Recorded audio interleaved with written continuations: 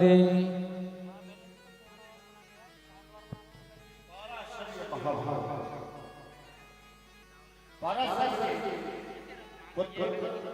भगवान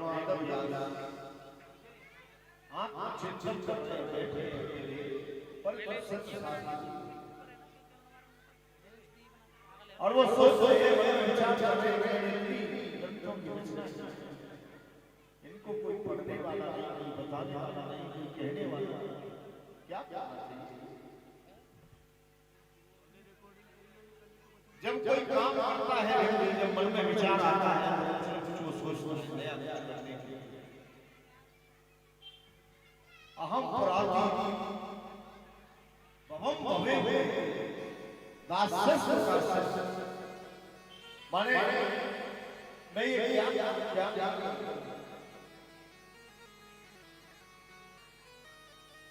लेकिन जब मन में जब विचार चल रहा था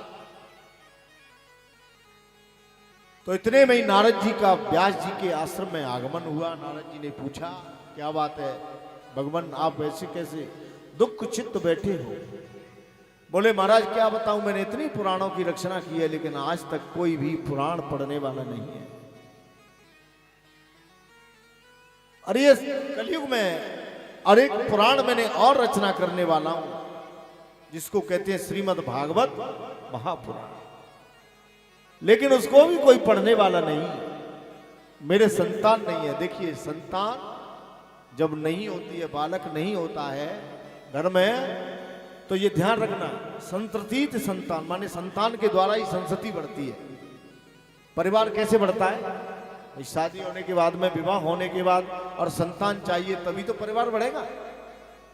नहीं तो अकेले रह जाओगे तो परिवार कहां से बढ़ेगा। इसलिए परिवार में संस्कृति जरूरी है। संस्कृतित संसार है, ये ध्यान देना। संस्कृतिते ही संसार बढ़ता है। संसार बढ़ने का मतलब हम 6 भाई हैं, हम 2 भाई हैं, हम 3 भाई हैं, हमारे 3 हो गए, उसके 2 हो गए, उसके 2 हो गए, आगे बढ़ते चले गए, फिर उनके भी 2 हो गए, उनके 2 हो गए। ऐसे संस्कृति बढ़ती है तभी संसार आगे सरकता है। लेकिन संसार नाम सरकने का है, ध्यान देना। संसार सरकता रहता है। सरकने का मतलब होता है आया है वो जाएगा, निश्चित है, ये तय है। मृत्यु अटल सत्य है, मैंने बताया ना कि आया है सो जाएगा, राजा रंग फकीर, कोई सिंहासन चढ़ चला तो कोई बंधा जंजीर।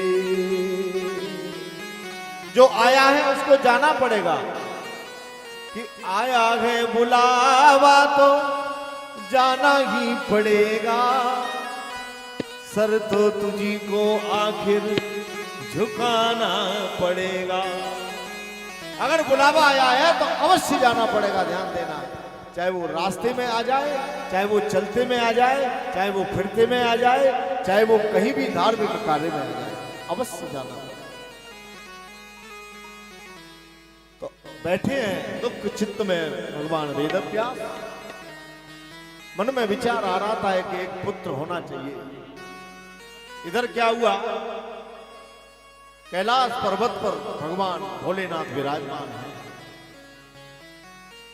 और मां पार्वती हट करने लगी भोलेनाथ से, प्रभु आप मुझे ये बताइए कि संसार में तुम कहते हो तुम्हारे कई जन्म हुए पार्वती, लेकिन मेरे जन्म कैसे हुए, आपका एक भी जन्म नहीं हुआ, ये तो मुझे बता दो।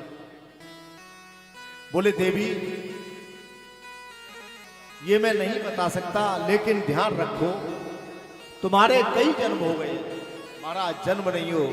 पुनरपि जन्मम पुनरपि मरणम पुनरपि जननी जठरे शयनम, ये बार बार आना इस संसार में सबसे बड़ा नरक है, ये ध्यान देना। क्योंकि बार बार नरक में हम लोग रहते हैं 9 महीने तक। उधर में जाने कैसे कैसे कीड़े कीट पतंग सब खाते हैं, और माँ जो भी भोजन करती है उसके खट्टे मीठे स्वाद हमें लगते हैं। शरीर का कोई पता नहीं है कैसे रहता है, क्या करता है जीव। जीव जब जगत में आता है, अंदर रहता है, तो बाधा करके राम भजन का जीव जगत में आता है, लेकिन भूमि पर तबा डावर पानी, जिम जीवे माया लिपटानी। जैसे ही पृथ्वी पर गिरा एकदम माया उसको जकड़ लेती है। जकड़ने के बाद में फिर रोता है। वो क्या करता है? रोता है ना। फिर पूछते हैं कौन हुआ है, बेटी हुई है या बेटा हुआ है, पूछते हैं ना। तो जब जीव जगत में जब आता है बाधा करके राम भजन का, लेकिन चक्कर में फंस जाता है। फिर वो मैं, मेरा, मेरे पिताजी, मेरा भाई, मेरी बहन, मेरा ये, मेरा वो, फिर उसी में वो लगा रहता है। फिर वो भजन नहीं कर पाता। इसलिए उधर भगवान वेदव्यास सोच रहे हैं। मां पार्वती भगवान भोलेनाथ से पूछने लगी, महाराज ये जन्म नहीं होना चाहिए, जन्म मृत्यु जराश्चैव, जन्म मृत्यु से ही बढ़कर क्या नरक है ये बताओ। और कोई नरक नहीं है यहाँ संसार में, ध्यान देना।